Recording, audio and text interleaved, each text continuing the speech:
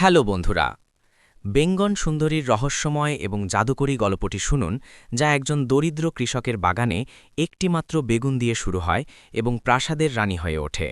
একটি জাদুকরী বেগুন, এর মধ্যে লুকিয়ে থাকা রহস্য এবং ষড়যন্ত্রে ভরা একটি রোমাঞ্চকর যাত্রা। কারিনা বেঙ্গন সুন্দরী কি তার জীবন বাঁচাতে পারবে? সে কি তার সত্যিকারের ভালোবাসা এবং সম্মান পাবে? জানতে এই আকর্ষণীয় গল্পটি দেখুন।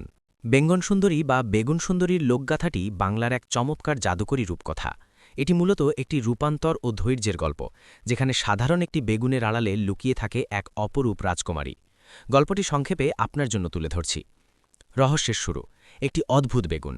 এক দেশে এক নিঃসন্তান বৃদ্ধা বাস করতেন। তাদের খুব ইচ্ছে ছিল একটি সন্তানের। একদিন তারা তাদের বাগানে একটি বিশাল এবং উজ্জ্বল বেগুনি রঙের বেগুন দেখতে পান। বেগুনটি এতটাই সুন্দর ছিল যে তারা সেটি কাটতে পারলেন না। তারা সেটিকে যত্নে ঘরে রেখে দিলেন। জাদুকরী রূপান্তর। সেই রাতে ঘটে এক অলৌকিক ঘটনা। মাঝরাতে সেই বেগুনের ভেতর থেকে বেরিয়ে আসে এক পরম সুন্দরী রাজকুমারী। সে বৃদ্ধ দম্পতির ঘরের সব কাজ গুছিয়ে রেখে আবার ভোরের আগেই বেগুনের ভেতরে ঢুকে যায়। বৃদ্ধ দম্পতি যখন সকালে উঠে দেখেন সব কাজ হয়ে গেছে, তারা অবাক হয়ে যান। একদিন রাতে বৃদ্ধ লুকিয়ে থেকে দেখলেন যে বেগুন চিরে এক রাজকন্যা বের হচ্ছে। তিনি তৎক্ষণাৎ বেগুনের খোসাটি পুড়িয়ে ফেলেন, যাতে রাজকন্যা আর ভেতরে ফিরে না পারে। এভাবেই বৃদ্ধ দম্পতি তাদের কাঙ্ক্ষিত কন্যা খুঁজে পেলেন এবং তার নাম রাখলেন বেঙ্গন সুন্দরী। রাজপুত্রের আগমন ও চক্রান্ত। বেঙ্গন সুন্দরীর রূপের কথা চারদিকে ছড়িয়ে পড়ে। সেই দেশের রাজপুত্র তার প্রেমে পড়ে যান এবং তাকে বিয়ে করেন। কিন্তু রাজপ্রাসাদে শুরু হয় নতুন রহস্য। রাজপুত্রের অন্যান্য স্ত্রীরা বেঙ্গন সুন্দরীর উপর হিংসে করতে শুরু করে। তারা চক্রান্ত করে রাজপুত্রকে বোঝায় যে বেঙ্গন সুন্দরী কোনো মানুষ নয়, বরং এক ডাইনি। যখন রাজপুত্র যুদ্ধে যান, তখন স্তুতিনরা বেঙ্গন সুন্দরীকে মেরে ফেলার চেষ্টা করে। কিন্তু জাদুকরী শক্তিতে বেঙ্গন সুন্দরী বারবার বেঁচে ফেরে, কখনো ফুল হয়ে, কখনো পাখি হয়ে। গল্পের সমাপ্তি। সত্যের জয়। অবশেষে রাজপুত্র ফিরে এলে সত্য উন্মোচিত হয়। তিনি বুঝতে পারেন বেঙ্গন সুন্দরী নিরপরাধ এবং অলৌকিক গুণের অধিকারী। চক্রান্তকারী স্তুতিনদের শাস্তি দেওয়া হয় এবং রাজপুত্র ও বেঙ্গন সুন্দরী সুখে শান্তিতে বসবাস করতে থাকেন। কেন এই গল্পটি মুগ্ধকর? প্রকৃতির সাথে জন্মজন একটি মানুষের উদ্ভিদের ভেতর থেকে জন্ম নেওয়ার ধারণাটি আদিম লোকজ কল্পনার বহিঃপ্রকাশ। সহনশীলতা। বেঙ্গন সুন্দরীর বারবার ফিরে আসা আমাদের শেখায় যে সত্যকে কখনো চেপে রাখা যায় না। জাদুকরী আবহ। রূপান্তরের প্রতিটি পর্যায়ে গল্পে একটি ধরনের রহস্যময় রোমাঞ্চ তৈরি করে। বেঙ্গন সুন্দরীর এই লোকগাথাটি বাংলার হাজার বছর পুরনো রূপকথার একটি অমূল্য রত্ন। এর পরতে পরতে মিশে আছে জাদুকরী রোমাঞ্চ আর মানবিক আবেগ। চলুন এই রহস্যময় গল্পটির গভীরে প্রবেশ করি। ১. অলৌকিক জন্ম ও নির্জন কুটির। এক দরিদ্র মালি ও মালিনী বনের ধারে একটি ছোট্ট কুটিরে বাস করতেন। তাদের জীবন ছিল অভাবের, কিন্তু বড় দুঃখ ছিল তাদের কোনো সন্তান ছিল না। একদিন তারা তাদের বাগানে ঠিক মাঝখানে একটি অদ্ভুত গাছ জন্মালো। সেই গাছে ফুল ফোটে না, সরাসরি ধরে একটিমাত্র বিশাল বেগুনি বেগুন। সেই বেগুনের রং ছিল সাধারণ বেগুনের মতো নয়, বরং যেন মখমলের উপর রূপালি আভা মাখানো। বৃদ্ধ দম্পতি ভাবলেন, এটি নিশ্চয়ই দেবতার দান। তারা বেগুনটি না ছেড়ে পরম মমতায় আগলে রাখলেন। একদিন রাতে যখন চাঁদ মাঝ আকাশে, তখন সেই বেগুনটি মাঝখান থেকে দুভাগ হয়ে গেল। ভেতর থেকে বেরিয়ে এলো ১৩-১৪ বছরের এক কিশোরী, যার গায়ের রং ছিল কাঁচা সোনার মতো আর চুল ছিল হাঁটু পর্যন্ত লম্বা। সেই আমাদের বেঙ্গন সুন্দরী। ২. মায়ার বাঁধন ও আগুনের পরীক্ষা। বেঙ্গন সুন্দরী রাতে ঘরের সব কাজ করে ফেলত।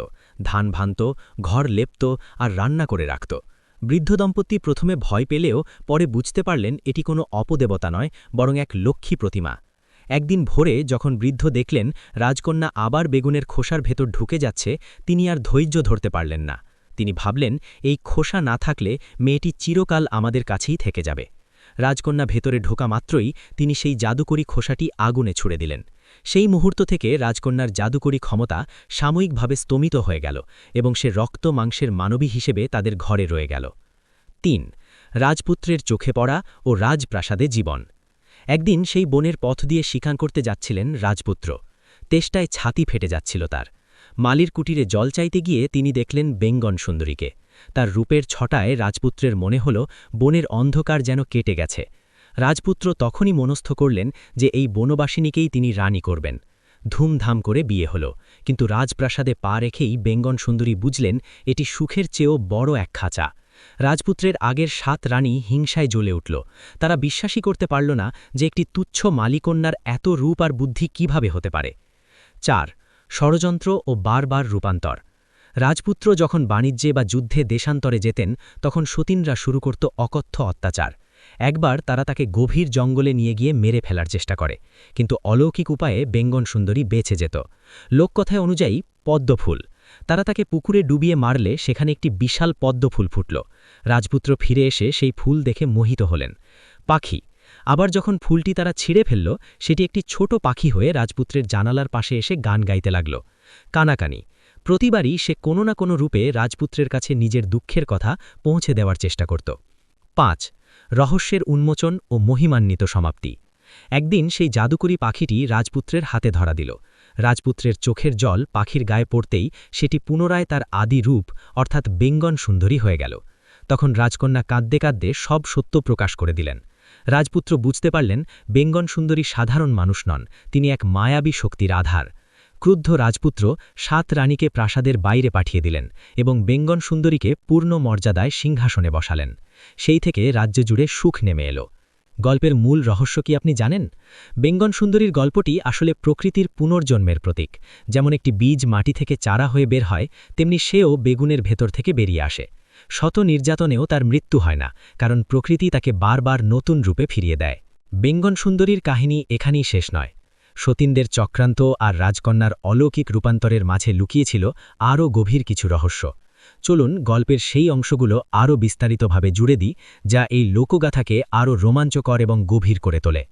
৬. ৭ রানীর কূটকৌশল ও অভাগীর নির্বাসন। রাজপুত্র যখন বাণিজ্যের উদ্দেশ্যে ৭ সাগরের ওপারে পাড়ি দিলেন, তখন ৭ রানী এক ভয়ানক ফন্দি আঁতল। তারা রাজকন্যার গায়ে জাদুকরী নিদ্রা কাটা ফুটিয়ে তাকে গভীর জঙ্গলে ফেলে দিয়ে এলো। কিন্তু বনের পশুপাখিরা বেঙ্গন সুন্দরীর মায়াবী রূপে মুগ্ধ হয়ে তাকে পাহারা দিতে লাগল। বনের লতাপাতা তাকে ঢেকে রাখল, যেন রোদে তার গায়ের কাঁচা সোনার বরণ কালো না হয়ে যায়। যখন রাজপুত্র ফিরে এলেন, স্ততিনরা রটিয়ে দিল যে বেঙ্গন সুন্দরী এক ভয়ানক রোগে মারা গেছে। রাজপুত্র শোকে পাথর হয়ে গেলেন, কিন্তু তার মনে হল যার জন্ম এক জাদুকরী বেগুনের ভেতর, তার শেষ এত সহজে হতে পারে না। ৭. পুনর্জন্মের অলৌকিক ধারা। গল্পের এই অংশটি সবচেয়ে জাদুকরী। বেঙ্গন সুন্দরীর প্রাণ ছিল একটি সোনার কৌটোর ভেতর থাকা ভ্রমরের মধ্যে। কিছু কিছু অঞ্চলে একে প্রাণের ভ্রমরাও বলা হয়। স্ততিনরা সেই রহস্য জেনে ফেলে এবং সেই কৌটোটি লুকিয়ে ফেলে। কিন্তু বেঙ্গন সুন্দরী তার অলৌকিক শক্তিতে বারবার ফিরে আসতে থাকে। মাছ রূপে একবার তাকে নদীতে ফেলে দেওয়া হলে সে একটি রূপালী ইলিশ হয়ে রাজপুত্রের জালে ধরা দেয়।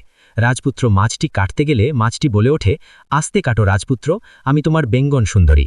বকুল গাছ, আবার যখন তাকে মাটিতে পুঁতে দেওয়া হয়, সেখান থেকে এক বিশাল বকুল গাছ জন্মায়, যার ফুলগুলো কখনো শুকাত না। রাজপুত্র সেই গাছের নিচে গেলেই এক অদৃশ্য নারী কণ্ঠের গান শুনতে পেতেন। কানাকানি, প্রতিবারই সে কোনো না কোনো রূপে রাজপুত্রের কাছে নিজের দুঃখের কথা পৌঁছে দেওয়ার চেষ্টা করত। ৮. রহস্যময় সেই বৃদ্ধার কুটির। বনের এক কোণে এক বুড়ি বাস করত, যে আসলে একটি মায়াবিনী ছিল। সেই একদিন রাজপুত্রকে পথ দেখিয়ে সেই নির্জন গুহায় নিয়ে যায়, যেখানে বেঙ্গন সুন্দরী নিদ্রা কাটার প্রভাবে ঘুমিয়েছিল। রাজপুত্র তার চোখের জল দিয়ে রাজকন্যার কপাল ধুয়ে দিলেন এবং জাদুকরী স্পর্শে তার ঘুম ভেঙে গেল। রাজকন্যা জেগে উঠে রাজপুত্রকে সব কথা খুলে বললেন, কিভাবে তার স্তুতিনরা তাকে বারবার মারার চেষ্টা করেছে এবং কিভাবে প্রকৃতি তাকে বারবার নতুন জীবন দান করেছে। ৯. চূড়ান্ত বিচার ও রূপকথার পরিণতি। রাজপুত্র যখন বেঙ্গন সুন্দরীকে নিয়ে প্রাসাদে ফিরলেন, তখন আকাশ থেকে দেবতারা পুষ্পবৃষ্টি করতে লাগল। এবার আর কোনো ক্ষমা নয়, রাজা ৭ রানীকে কঠোর দণ্ড দিলেন। বেঙ্গন সুন্দরী তখন তার জাদুকরী হাতের ছোঁয়ায় সারা রাজ্যের মরা গাছগুলোকে বাঁচিয়ে দিলেন। বলা হয়, যে ঘরে এই গল্পটি পূর্ণ মনে শোনা হয়, সেই ঘরে কখনো খাদ্যের অভাব হয় না এবং সেই বাড়ির বাগানে সবচেয়ে সুন্দর ফসল ফলে। গল্পের এই জাদুকরী মোড়গুলো কি আপনাকে নাড়া দিচ্ছে? বেঙ্গন সুন্দরীর গল্পটি আমাদের বলে যে লক্ষ্মী যত চঞ্চলাই হোক না কেন, প্রেম যদি খাঁটি হয়, তবে সে যমপুরী থেকেও প্রিয়জনকে ফিরিয়ে আনতে পারে। বেঙ্গন সুন্দরীর এই কাহিনী যেন এক অনন্ত রূপকথা, যা শেষ হয়েও শেষ হয় না। গল্পের এই অন্তিম এবং সবচেয়ে রহস্যময় অংশে আমরা দেখব কিভাবে বেঙ্গন সুন্দরী তার জাদুকরী ক্ষমতার চূড়ান্ত প্রকাশ ঘটালেন এবং কিভাবে তিনি সাধারণ মানুষের হৃদয়ে চিরস্থায়ী আসন করে নিলেন। ১৫. রাজকন্যার মায়ার সংসার ও রূপালী বৃষ্টি। বেঙ্গন সুন্দরী রাজপ্রাসাদে ফেরার পর দেখা গেল এক অদ্ভুত কাণ্ড। তিনি যখনই হাসতেন, তার মুখ থেকে মুর্তা ঝরত, আর যখনই কাঁদতেন, আকাশ থেকে ঝরঝর করে রূপালী বৃষ্টি নামত। রাজ্যের খরা কেটে গেল, মাঠ ফলে ফসলে ভরে গেল, কিন্তু রাজকন্যার মন পড়ে থাকত সেই সাধারণ মালিনীর কুটিরে। তিনি রাজপুত্রকে বললেন, আমি রাজপ্রাসাদের সোনাদানায় থাকতে আসিনি, আমি এসেছি মাটির মায়া ছড়িয়ে দিতে। তার নির্দেশে প্রাসাদের চারপাশে হাজার হাজার বেগুনের বাগান করা হলো, যেখানে প্রতিটি বেগুন ছিল এক একটি রত্নের মতো উজ্জ্বল। ১৬ সতীনদের শেষ অভিশাপ ও অগ্নিকুণ্ডের পরীক্ষা। শাস্তি পাওয়ার আগে বড় রানী এক শেষ চাল চাললেন। তিনি বললেন, যদি বেঙ্গন সুন্দরী সত্যি পবিত্র হয়, তাহলে সে যেন জ্বলন্ত তুষের আগুনের উপর দিয়ে হেঁটে দেখায় যে সে ডাইনি নয়। রাজপুত্র বাধা দিতে চাইলেন, কিন্তু বেঙ্গন সুন্দরী শান্ত মুখে রাজি হলেন।